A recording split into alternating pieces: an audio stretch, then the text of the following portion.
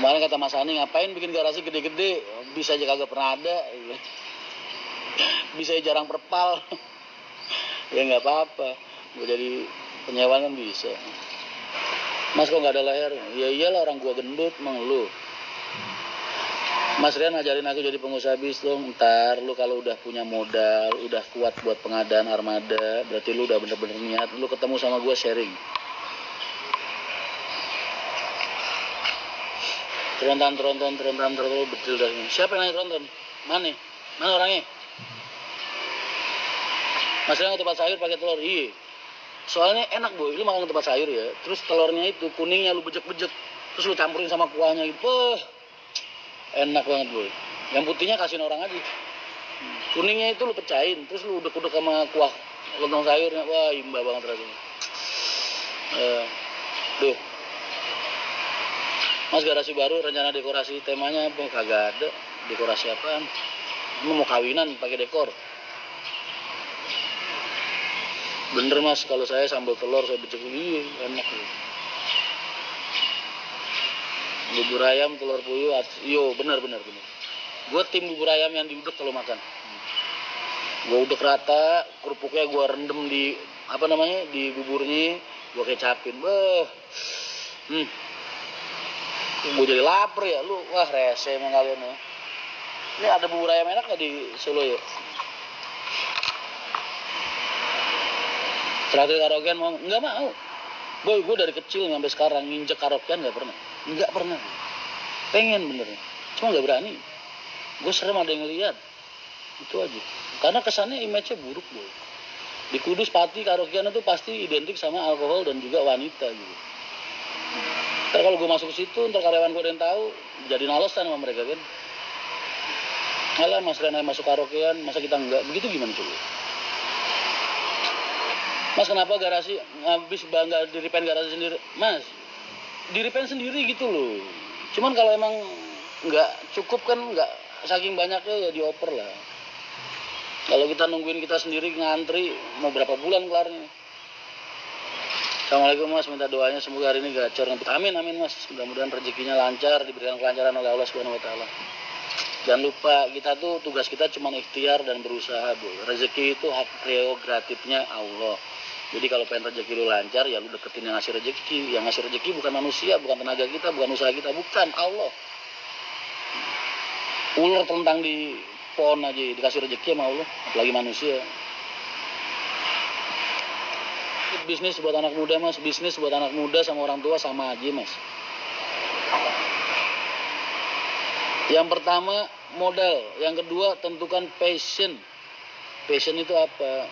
Jangan pernah lu sekali-sekali bisnis usaha di bidang yang lu nggak kenal atau cuma sekedar ikut-ikutan. Jadi kalau kamu pengen mulai berusaha, usahalah walaupun kecil, walaupun dipandang remeh sama orang, tapi seenggak-enggaknya bidang itu kamu bener-bener nguasain mas. Kamu punya passion di situ, kamu punya pengetahuan di situ, kamu punya ilmu di situ, jadi usahamu aman. Banyak kan pengusaha-pengusaha bis yang nggak punya pengetahuan, cuma ngerasain punya modal doang, ujung-ujungnya apa? Kelar, nggak bisa. Sama, gue ngelihat orang lain usaha kapal misalnya, ikan, belum tentu gue ngejalanin enak. Karena itu tadi, fuck boy. Fuck itu bidang. Jangan dilihat usaha itu kecil atau besar, jangan. Mau orang usaha jualan tempe ke, mau orang usaha bikin donat ke, bikin apa ke.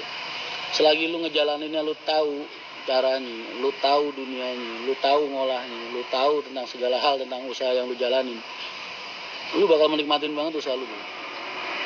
Karena nggak akan ada usaha yang bisa besar kalau pemiliknya nggak menikmati usahanya.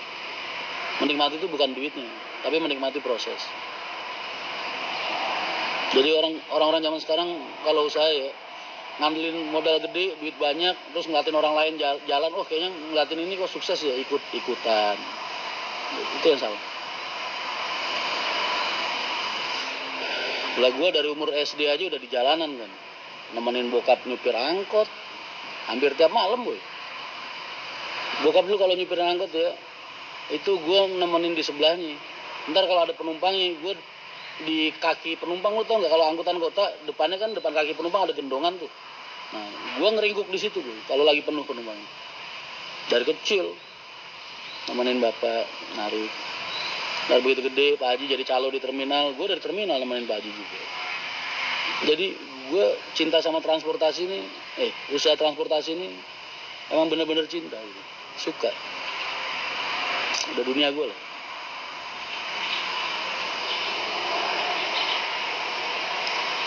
Mas apa bener di Terminal Kudus ada satu PO besar yang sedang siapa? PO besar siapa sih di Kudus? Ngeliat PO kecil apa gede dilihat dari mana sih boy? Gue tanya sama lu deh.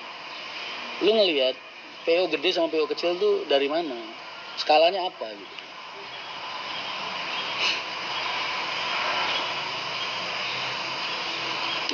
Karena pola kalian sama pola kita pengusaha ini ngelihat PO yang besar sama PO kecil ini beda gitu.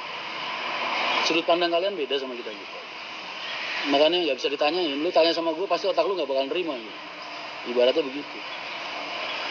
Anak-anak zaman sekarang kan PO gede, Tronton, apalagi Scania, apa segala lagi. Nah, bukan itu. PO besar itu dilihat dari konsistensinya. Nah, gue ngelihat PO gede apa kecil itu dilihat dari konsistensinya. Dia melayani sudah berapa tahun, terus polanya seperti apa, terus stabil lah. Dia dianggap besar supaya tidak mengecilkan PO lain. Salah. Itu namanya bahasa ngebumbung. Paham ngebumbung gak? Orang ya kalau ditiup terus kepalanya ngerasa gede, ntar akhirnya dia lupa statusnya, lupa jati dirinya. Akhirnya apa? Yang kerja sombong.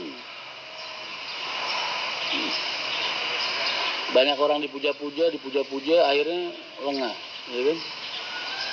Kelihatan atasnya, kelihatan dari luar, kelihatan mewah, dalamnya rontok. Ntar akhirnya apa? Kasihan kan pengusaha.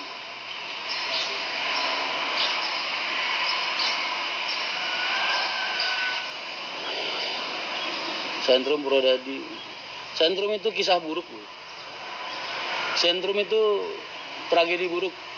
Sejarah buruk dunia transportasi. Salah satu sejarah buruk dunia transportasi. Gara-gara PO Sentrum. Terus gara-gara waktu itu kan berbarengan tuh. Sentrum, Cipaganto, terus sama NS lah. Kenapa gue bilang sejarah citra buruk? Karena gara-gara imbas mereka jadi berdampak buruk ke dunia perbankan sama kepercayaan ke dunia transportasi. RI gede bu, Rosalia gede, 40 tahun masih bisa jualan. Berapa tahun ya? 30 atau 40 tahun? Raya. Jangan ngelihat jalannya berapa, konsisten.